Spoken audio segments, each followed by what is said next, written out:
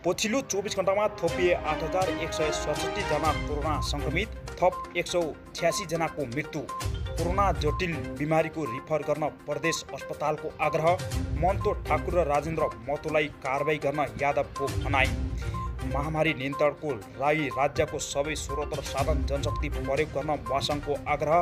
मधेस मुद्दा समाधानका लागि मन्तो ठाकुरलाई प्रधानमन्त्री बनाउनु पर्ने शेखर कोइरालाको भनाई।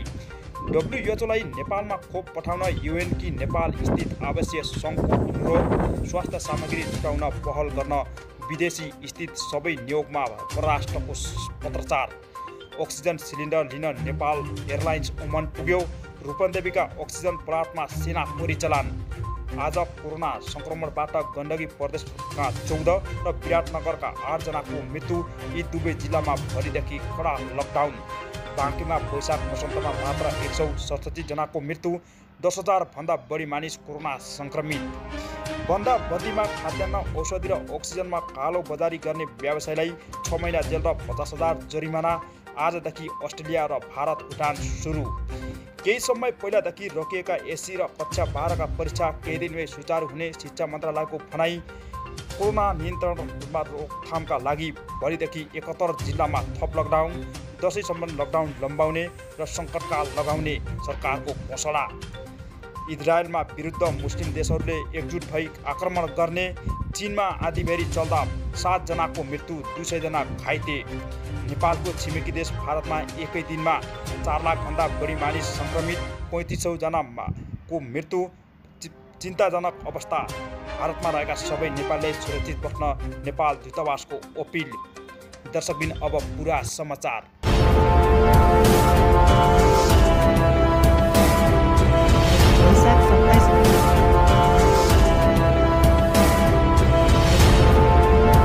दर्शकबिन नमस्कार, तपाईलाई स्वागत छ हाम्रो च्यानल हिउचुली खबर टिभीमा। दर्शकबिन अहिलेसम्म हाम्रो च्यानललाई सब्स्क्राइब गर्नुभएको छैन भने सब्स्क्राइब गरी नजिक रहेको बेल आइकनलाई दबाई हामीसँग जोडिनुहोला।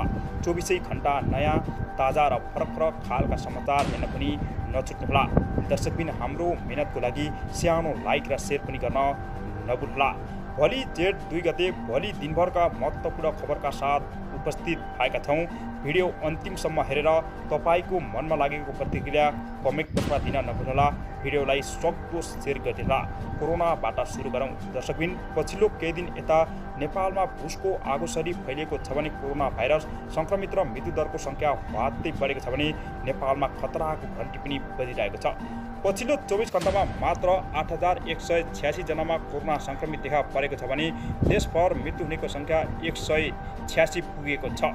दर्शकबिन यसै क्रममा स्वास्थ्य तथा जनस्वास्थ्य मन्त्रालयका अनुसार गत 24 घण्टामा 17,971 जनाको PCR परीक्षण गर्दा 8,046 र 577 जनाको एजेन्ट परीक्षण गर्दा 121 जनामा संक्रमित पुष्टि भएको हो भने यो सँगै देशभर सक्रिय संक्रमितको सङ्ख्या 1,09,740 पुगेको छ भने होम आइसोलेसनमा बस्नेको सङ्ख्या 1 लाख नागेको छ। मन्त्रालयका अनुसार 1,01,771 संक्रमितको होम आइसोलेसनमा छन् भने 7,969 जनामा स्थगत आइसोलेसनमा रहेको मन्त्रालयले जनाएको छ। गत 24 घण्टामा कोरोनाले 186 जनाको मृत्यु भएको छ।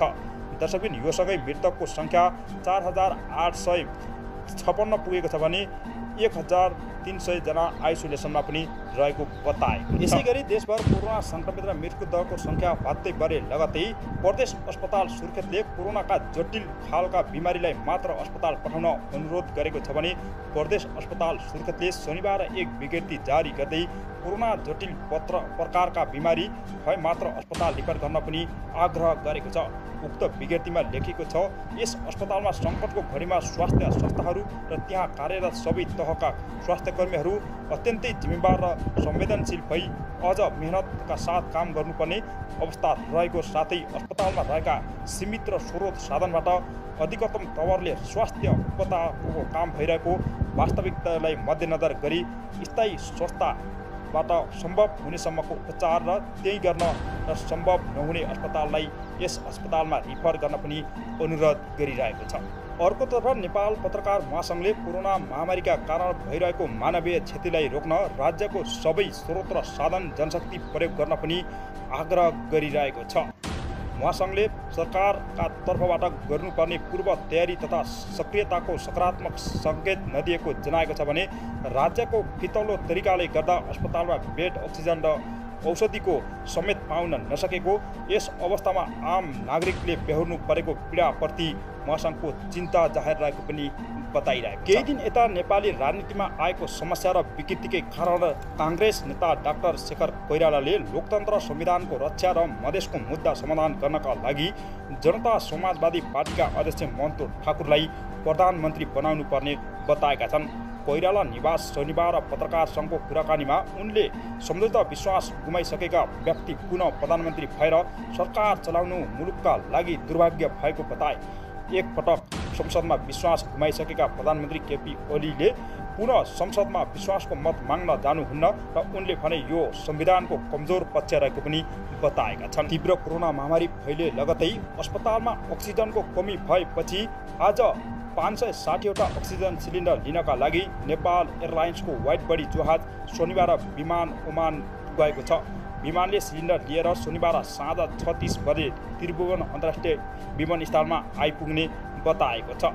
गैर आवासीय नेपाली सङ्घ महासङ्घका नेपाली दूतावासको सहकार्यमा सिलिन्डर जुटाइएको 560वटा सिलिन्डर मस्कट अन्तर्राष्ट्रिय विमानस्थलबाट आइपुगेको बताइरहेको छ। केही जिल्लामा अक्सिजन सिलिन्डर वितरणका लागि व्यवस्थापन गर्न शनिबार सेना परिचालन गरिने भएको छ भने अक्सिजन प्लान्टमा प्रहरी तैनात हुँदै गरेकोमा जिल्ला प्रशासन कार्यालयका सुरक्षा निकाय सहितका सरकारवालाले शुक्रबार बसेको बैठकले अब सेना नै परिचालन गर्ने पनि बताएको छ। यसै क्रममा अर्कोतर्फ कोरोना भाइरसको दोस्रो लहरका कारण मुलुकमा अक्सिजन ग्यास सिलिन्डर सहित अन्य अति आवश्यक सामग्रीको जुटाउनको लागि अभाव हुन थालेपछि परराष्ट्र मन्त्रालयले विदेश स्थित आफ्ना नियोगहरूलाई सम्बन्धित मुलुकसँग त्यहाँको अवस्था अनुसार सहयोग जुटाउनका लागि पहल गर्दै निर्देशन पत्र पनि जारी गरेको छ। मन्त्रालयले आफ्ना सम्पूर्ण राजदूतावास नियोगहरूलाई सङ्कटको बेलामा नेपालमा आवश्यक स्वास्थ्य सामग्री जुटाउनको लागि निर्देशन दिइसकेको र प्रवक्ता सेवा लम्सालले बताइन्। मन्त्रालयका वैशाख 23 गते विदेश स्थित नेपालका 30 राजदूतावासमा 3 संयुक्त राष्ट्रसङ्घीय स्थायी नियोगले 6 वाणिज्य दूतावासलाई पनि सम्बन्धित मुलुकको अवस्था अनुसार सहयोगको लागि अपिल पनि गरिरहेको छ। यसै क्रममा नेपालमा कोरोना महामारी तीव्र फैले लगतै नेपालका विभिन्न जिल्लामा लकडाउन गरिएको छ भने लकडाउनकै समयमा खाद्यान्न, औषधि र अक्सिजनमा कालो बजारी गर्ने व्यवसायलाई 6 महिना जेल र 50,000 जरिमाना समेत तोक्न सरकारी अनुगमन टोलीले छानबिन गर्ने पनि बताएको छ भने एसी र कक्षा 12 का परीक्षा केही दिनमै सुचारू हुने पनि शिक्षा मन्त्रालयले जनाएको छ। भोलि जेठ 2 गतेबाट कोरोना रोकथाम र नियन्त्रणका लागि 71 जिल्लामा थप लकडाउन गरिने र दशैंसम्म लकडाउन लम्बाउने र सङ्कटकाल लगाउने पनि सरकारले घोषणा गरेको छ भने नेपालको छिमेकी देश भारतमा कोरोनाको तीव्र महामारी फैले लगतै निकै चिन्ताजनक बढेको पनि